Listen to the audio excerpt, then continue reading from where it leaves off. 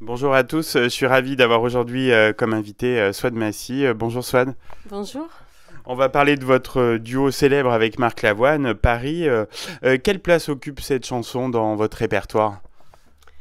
Cette chanson, Paris, Paris, occupe une place très importante dans mon cœur parce que la première fois que je l'avais écoutée, j'ai eu un coup de cœur pour cette chanson et j'ai eu une pensée directe à mon grand-père en fait. Et je pensais à lui, je l'ai essayé de l'imaginer dans les rues de Paris. Il était jeune, seul. Et j'ai quelques petits témoignages de ma maman qui me racontait que mon grand-père racontait à ma grand-mère. Il parlait de Paris avec ses beaux boulevards, Mhm. ses belles brasseries. Voilà, c'est quand j'ai chanté cette chanson, à chaque fois, je pensais à lui. Et comment était née la collaboration donc, avec Marc Lavoine?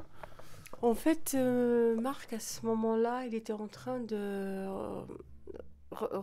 sortir un album de duo, je Mhm. pense. Oui, c'est ça. Et quand il a écouté mon album, mon premier album, Raoui, il m'a demandé de faire ce duo avec lui. Mhm. Alors il a dit sur vous, chanter avec Swad Massi une chanson sur Paris, cela a du sens. Vous validez?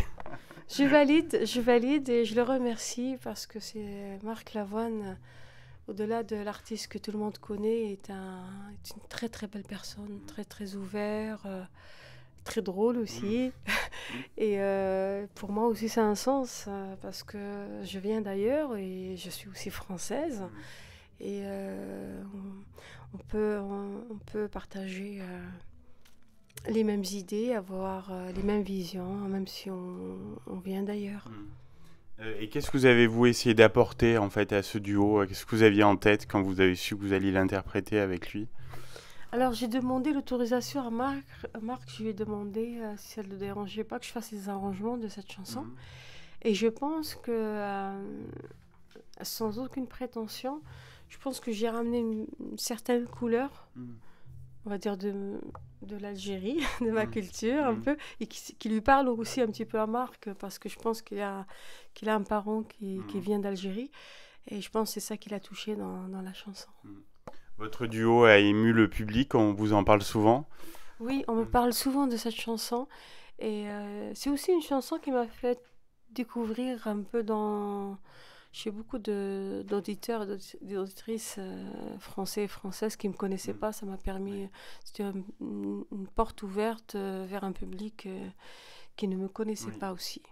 Il vous arrive encore de la chanter ensemble sur scène? Est-ce que vous avez des occasions? Ça doit être rare, non? Alors, la dernière fois, c'était pour le Téléthon. Je crois qu'il y a 4 ans Mhm. de ça, pardon. Et chaque fois qu'il me fait appel à moi, je réponds Mhm. présente. C'est que des bons souvenirs, j'en imagine. Oui, oui, Ouais. c'est un réel plaisir de travailler avec des artistes comme Marc Lavoine. Alors on va parler un petit peu de votre actualité. Votre dernier album, donc le sixième, Oumniya, est clairement engagé en fait avec le peuple algérien pour la démocratie. Euh, Pas qu'avec l'Algérie, hein, c'est que je suis une artiste qui a envie de défendre les droits de l'homme en général. Et bien sûr, comme je suis d'origine algérienne aussi, j'avais voulu apporter mon témoignage, mon soutien au peuple algérien, à tous ceux qui sortent manifester tous les Mhm. vendredis et les mardis, et essayer d'appartenir à un soutien et être à la voix de la rue algérienne. Mhm. Cet album ose parler de sujets un peu sensibles. Bon, il y a la politique, il y a l'amour aussi, avec Mhm.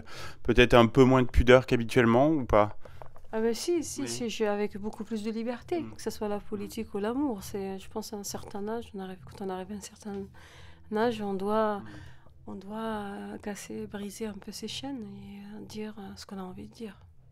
Et vous y retrouvez également vos racines musicales aussi. Mes racines musicales, elles sont là, mais elles sont aussi plurielles. C'est-à-dire, j'ai une formation classique, on va Mm. dire, et après, j'ai voyagé, j'aime toutes les musiques et je suis assez libre dans mes choix musical, on dit. Oui. Comment a été reçu l'album par votre public?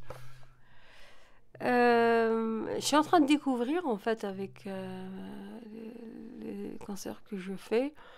Ils aiment bien parce que on retrouve un peu, euh, on retrouve une certaine ressemblance avec mes premiers albums, Rawi et Dab et Meskelil aussi. Et beaucoup de fans avaient la nostalgie de ces albums. C'est un peu un retour à mes débuts. Qu'est-ce qui vous révolte le plus actuellement? C'est quoi? C'est l'intolérance? Ce qui me révolte en ce moment, c'est la violence. Mm. Que ce soit en Europe, Mm. ou au Moyen-Orient, ou en Afrique, ou au Maghreb. C'est ce silence, se laisser aller.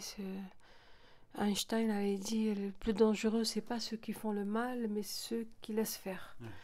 Et je pense que on vit des moments très, très graves et on banalise beaucoup de choses et ça me fait vraiment peur. Donc vous êtes sur les routes actuellement, pas mal de concerts. Qu'est-ce que vous réservez au public?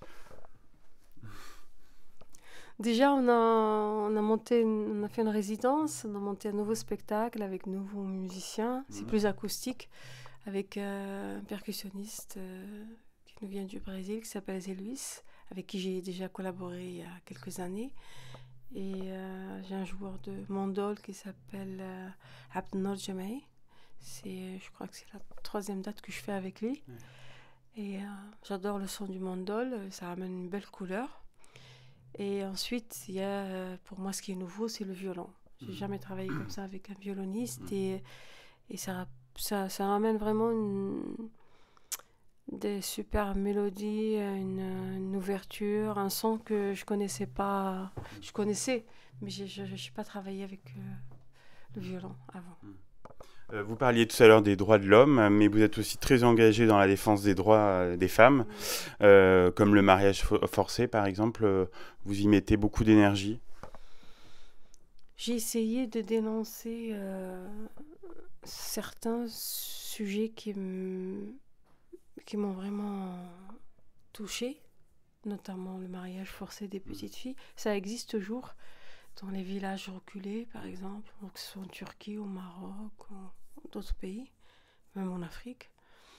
Et j'ai voulu faire une chanson pour sensibiliser un peu les gens et attirer leur attention, pour essayer de faire changer un peu les mentalités et les choses. Dernière question, Swan Massy, qu'est-ce qu'on peut vous souhaiter pour 2020? Est-ce que vous avez des projets aussi dont vous souhaiteriez nous parler? Alors, pour 2020, normalement, je prépare un autre album. Voilà, projet d'écriture. Je suis en plein dedans, tout simplement.